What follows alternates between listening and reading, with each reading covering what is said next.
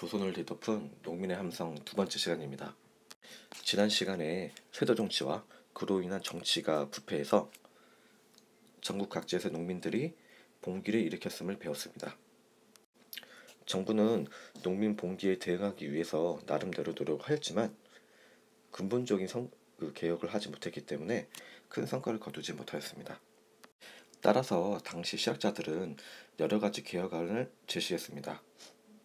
첫째, 관리 선발을 정직하고 책임감 있는 관리들을 뽑아야 한다고 이야기했습니다. 다산 정약용 선생님 기억나시죠? 다산 정약용 선생님은 목민심서에서 관리들이 백성들을 위해 존재하는 것이지 백성이 관리를 위해 존재하는 것이 아니라고 밝히고 있습니다. 두 번째로 세금 제도에 대한 개혁안도 제시했는데요. 토지에 무거운 세금을 부과하는 것을 금지하고요. 세금을 좀 줄여야 한다고 이야기를 했어요.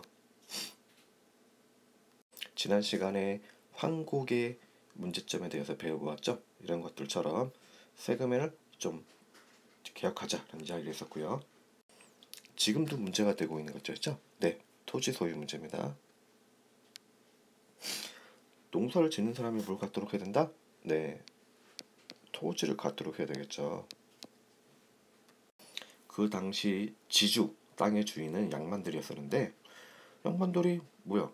자기 농사도 짓지 않고 소작농들, 농민들에게 비싼 소작료를 받아먹고 호의호식을 하고 있었죠. 자기들만 잘 먹고 잘 살았던 거잖아요.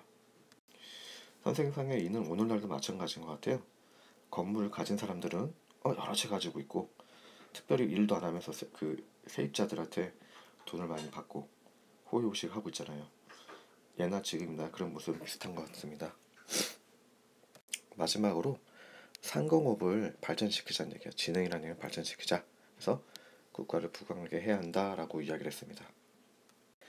하지만 이러한 실학자들의 개혁안이 제대로 반영되지 않았어요. 그래갖고 조선은 점점 이제 몰락의 길로 가게 되었습니다. 이런 혼란한 시기에 등장했던 우리의 종교가 있었습니다. 우리의 이념이라고 할 수 있는데요. 바로 동학입니다. 동학은 최재우라는 경주 지방에 살던 양반이 창시했는데요. 서학이 우리 것을 해치고 또 사회를 위태롭게 하며 또 성리학이만으로만은 백성들이 원하는 개혁과 변화를 이룰 수 없다고 생각했기 때문입니다. 여기서 서학은 천주교, 성리학은 유교를 말하는 거겠죠. 동학은 굉장히 깊고 심오한 사상이에요. 근데 정리해 본다면 우리의 전통적인 신앙 그리고 유교, 불교, 서학의 좋은 점만을 받아들여서 동학을 만들었다고 합니다. 동학의 중심 사상이 있어요. 네, 사람이 곧 하늘이라는 뜻으로 모든 사람이 평등하다는 사상인데요. 이게 무엇일까요?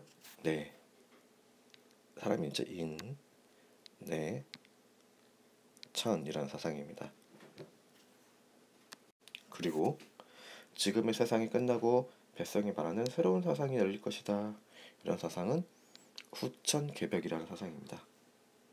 동학에 대한 조정의 대응은 어땠을까요? 아, 좋은 사상이네. 야, 받아들이자. 그랬을까요? 물론 아니겠죠. 동학을 금지했습니다. 왜? 조정은 사과 같이 백성들의 마음을 어지럽힌다고 생각한 거예요. 인내천 사상은 그 당시 엄격한 신문제도, 차별이는데 왜 똑같다 그래? 이런 거에 반대가 되는 사상이고요. 후천개벽은 새로운 세상이 온다? 그럼 우리 조선을 붕괴시키겠다는 거야? 나라에 도전하는 것으로 생각했습니다. 유교적 바탕 위에 세워진 조선사의 질서와 신문제도를 무너뜨릴 거라고 생각했기 때문에 동학을 탄압하게 되었습니다. 따라서 조정은 동학을 금지했고요. 누굴 차용하였다? 네, 동학의 교주인 최재우 있죠? 최재우를